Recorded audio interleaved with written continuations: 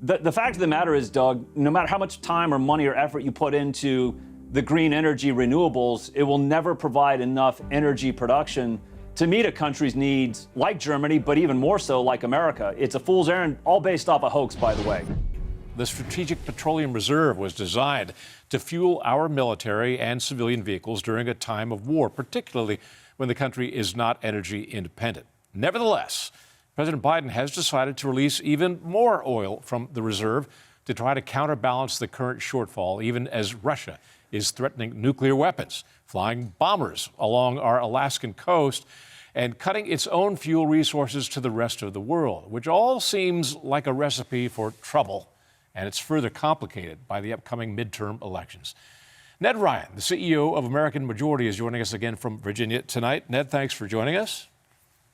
Absolutely. Thanks, Doug. Well, the timing of this latest release of oil from the Strategic Petroleum Reserve, 15 million barrels, appears to be a little suspect 3 weeks out from the midterm elections at a time when gasoline prices are climbing yet again. Yet, the president says it's not political. Your thoughts? Well, of course it's political. It's a crass political move, Doug, in hopes that he can mitigate some of the damage that's coming towards Democrats in the midterms about 3 weeks from now. But it's not going to mitigate the damage. I think we're looking at some pretty significant gains for Republicans at the federal, state, and local level. But it's also putting us in a dangerous position, as you alluded to, with drawing down and all the drawdowns that Biden has done with the Strategic Petroleum Reserve, which is meant for national emergencies when obviously production is down. I think the last two biggest draws were the Persian Gulf War and Hurricane Katrina. What the Strategic Petroleum Reserve is not meant to do is bail out an administration for its terrible energy policies. And, you know, I would remind people, Biden during the Democratic primary debates said that he would end fossil fuels in America. And on day one, he declared war on fossil fuels. He slashed acreage for production. He shut down the Keystone Pipeline. He prevented the reopening of a major refinery. But I would also add, Doug, the problem with flooding the market with Strategic Petroleum Reserve oil is that it really does suppress private investment in future production. So it really is an unmitigated disaster, and Biden has brought it upon himself. And the last point I would make is, if you really want to know how this ends, look at Germany.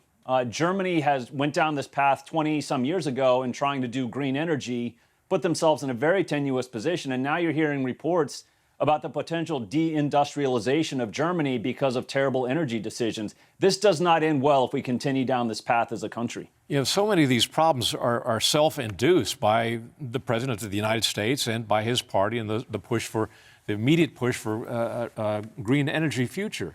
You look at the United States, I've mentioned this previously this week, that there's the prospect of blackouts in New England this winter because of a shortage of natural gas and fuel oil. Again, a self-made problem because there are no natural gas pipelines that move natural gas to New England. Why? Because New York State has prevented the construction of natural gas pipelines because they want to move towards green energy. These are self-induced problems, Ned. Well, it's a fool's errand. I mean, Germany has put almost $600 billion into pursuing net zero and renewable energy, but in the process of that realized that would never actually produce all of their energy needs. And then they started having to import most of their natural gas and oil from Russia, who is now using it as a weapon against Germany. The fact of the matter is, Doug, no matter how much time or money or effort you put into the green energy renewables, it will never provide enough energy production to meet a country's needs like Germany, but even more so like America. It's a fool's errand, all based off a hoax, by the way. Mm-hmm. Well, we are 3 weeks out from the midterm elections, and I see on the right side of things, a lot of people are already writing the obituary of the Democratic Party. And I wonder if that's premature at this point. We've still got 3 weeks. I don't think so. The historical trends, this is really what is happening, Doug, is reality is settling in which historical trends, all of these things in regards to president's first midterm beneath 50% approval, typically loses 37 seats in the House. I think you're seeing Herschel Walker, J.D. Vance, Ron Johnson, Adam Laxalt, Blake Masters all surging in their Senate races.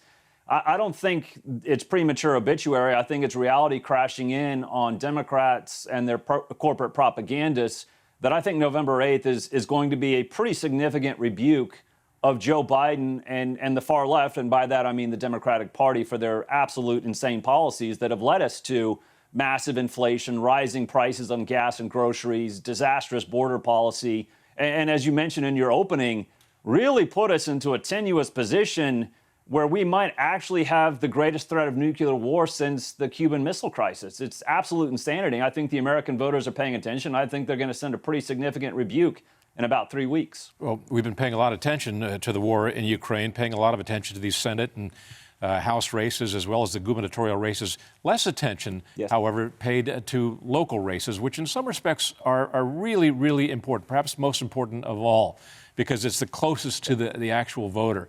And I'm thinking in particular of the fight back against woke education in this country and school board races. How is that faring since people first became aware of this sort of woke curriculum that seems to be infecting a lot of schools, public schools across America? I think it's going to have a massive impact. It had a massive impact in Virginia, where I'm at last year, in which Joe Biden won Virginia by 10 points in 2020. It was a 12-point swing for Glenn Youngkin to win it by 2 last year, and really in many ways motivated by a parents' revolt at the school board level. And you know, Doug, the thing that's kind of interesting to me over the last few weeks is seeing something that's happening in Michigan that really feels reminiscent of what took place in Virginia last year, where you see a coalition of conservative Muslims and Christians uniting in opposition against this woke curriculum, against the transgender movement in Dearborn, Michigan. And I kind of get the feeling that I think that activity at the school board level of pushing back against woke curriculum might actually impact the Michigan gubernatorial race, which, according to polls, is actually getting pretty tight. The one caveat I put to that is that this whole pushback against woke curriculum began during the lockdowns of the COVID epidemic, where parents actually got to see the work, the homework that their kids were bringing home.